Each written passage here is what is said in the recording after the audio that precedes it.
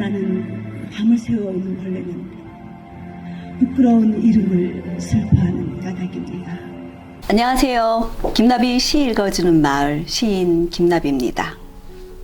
오늘은 별을 노래한 시인 윤동주에 대해서 이야기해 보겠습니다. 윤동주 시인은 1917년 12월 30일 만주 북간도 명동촌에서 태어납니다. 명동학교 교원이었던 아버지 윤영석과 어머니 김용의 3남 1녀 중 맏아들로 태어나는데요. 그가 태어나기 석 달 전이었던 9월 28일 친정에서 살던 고모 윤신영이 아들 송몽규를 낳았죠.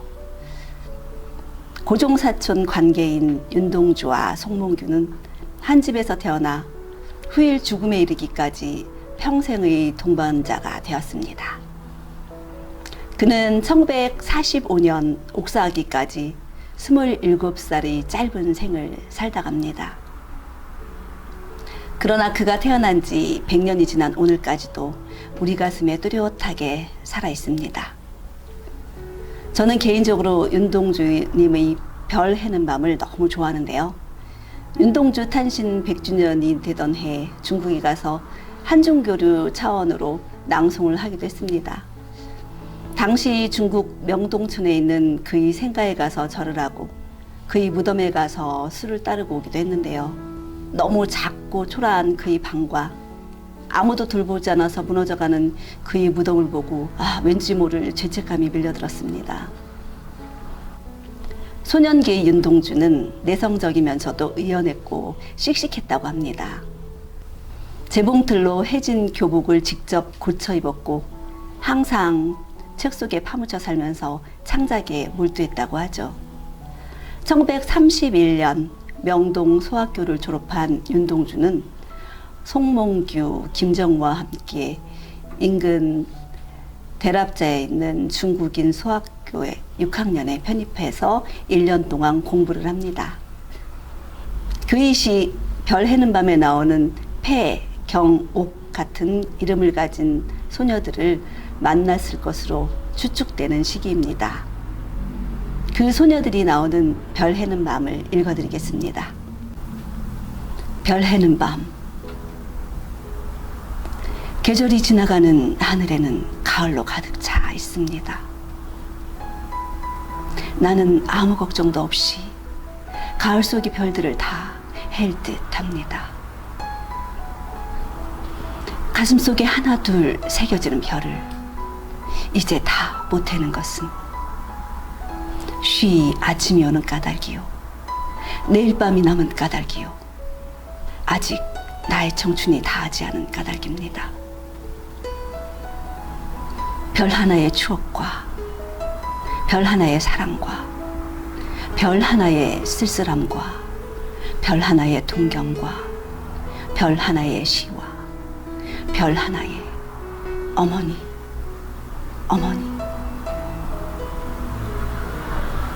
어머님, 나는 별 하나의 아름다운 말 한마디씩 불러봅니다.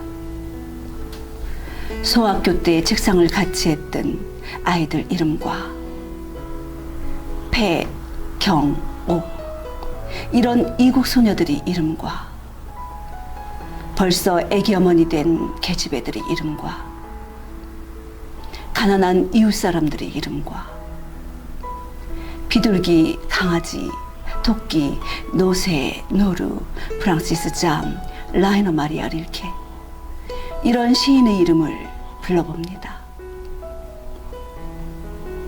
이네들은 너무나 멀리 있습니다. 별이 아수리 멀듯이. 어머니, 그리고 당신은 멀리 북간도에 계십니다. 나는 무엇인지 그리워 이 많은 별빛이 내린 언덕 위에 내 이름자를 써보고 흙으로 덮어버리었습니다. 나는 밤을 새워오는 벌레는 부끄러운 이름을 슬퍼하는 까닭입니다. 그러나 겨울이 지나고 나의 별에도 봄이 오면 무덤 위에 파란 잔디가 피어나듯이 내 이름자 묻힌 언덕 위에도 자랑처럼 풀이 무성할 거외다. 윤동주는 1941년 현 연세대학교인 연희전문학교를 졸업하고 이듬해 히라누마 도추라고 창씨 개명을 한 뒤 릿교 대학으로 유학을 갑니다. 창씨 개명을 하지 않으면 학교에도 다닐 수 없었던 당시 상황에 그는 많은 고뇌를 했다고 합니다.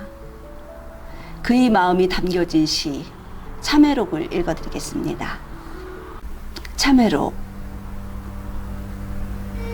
파란 녹이 낀 구리 거울 속에 내 얼굴이 남아있는 것은 어느 왕조의 유물이기에 이다지도 욕될까. 나는 나의 참회의 글을 한 줄에 줄이자 만 24년 1개월을 무슨 기쁨을 바라 살아왔던가. 내일이나 모레나 그 어느 즐거운 날에 나는 또 한 줄의 참회록을 써야 한다. 그때 그 젊은 나이에 왜 그런 부끄러운 고백을 했던가. 밤이면 밤마다 나의 거울을 손바닥으로 발바닥으로 닦아보자. 그러면 어느 운석 밑으로 홀로 걸어가는 슬픈 사람의 뒷모양이 거울 속에 나타난다. 이 작품은 치욕스러운 역사를 경험한 화자가 암울한 시대에 무기력하게 살아온 자신의 삶을 성찰하며 느끼는 부끄러움과 고뇌를 고백하는 시입니다. 같은 해 10월 도시샤 대학 영문과에 입학한 그는 1943년 7월 14일 치안유지법 위반 혐의로 교토 시모가모 경찰서에 체포되어 징역 2년형을 받고 후쿠오카 형무소로 옮겨지지만 1945년 2월 16일 해방을 보지 못하고 27의 젊은 나이로 옥살을 합니다. 윤동주의 사망 원인은 생체 실험이었다고 전해집니다. 그와 마찬가지로 치안유지법 위반으로 체포된 뒤 후쿠오카 형무소에서 옥사한 송몽규의 증언에 따르면 두 사람은 모두 정체를 알 수 없는 주사를 매일 맞았다고 합니다. 오늘날 윤동주의 시를 우리가 읽을 수 있는 것은 정병욱이라는 국어학자 덕분인데요. 연희전문학교 문과 재학 당시 윤동주보다 5살 아래인 정병욱과 친하게 지냈다고 합니다. 정병욱은 서울대학교 교수를 역임한 문학을 전공한 사람이면 누구나 알고 있는 유명한 학자죠. 윤동주가 졸업 기념으로 엮을 6필시 하늘과 바람과 별과 시는 총 3부였는데요. 한 부는 윤동주 본인이, 또 한 부는 이양아에게, 그리고 나머지 한 부는 정병욱에게 주었다고 합니다.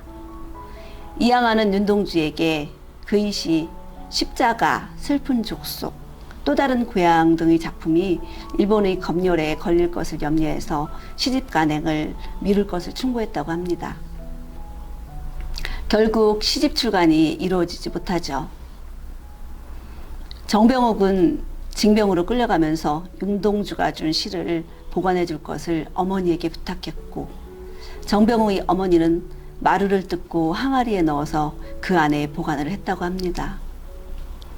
그것이 결국 우리에게 전해진 것이지요. 정병욱이 없었다면 어쩌면 우리는 이 아름다운 시들을 못 봤을지도 모르겠습니다. 윤동주는 광복 6개월을 앞둔 1945년 2월 16일 죽음을 맞게 됩니다.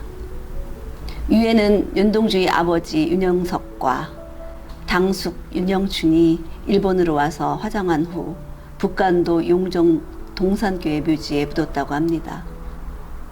자식을 앞세운, 그것도 남의 나라에서 생체 실험으로 보낸 부모의 마음은 어땠을까요? 생각하면 가슴이 저려옵니다. 전남 광양에 가면 윤동주의 시가 보존되었던 정병욱의 생가가 있습니다. 그곳에 가면 윤동주에 관한 여러 가지 자료를 볼 수 있는데요. 한번 가보시는 것도 좋을 듯합니다. 오늘은 여기까지고요. 다음에 다른 시인과 삶을 갖고 만나 뵙겠습니다. 지금까지 김나비의 시 읽어주는 마을 시인 김나비였습니다. 감사합니다. 구독, 좋아요 눌러주세요.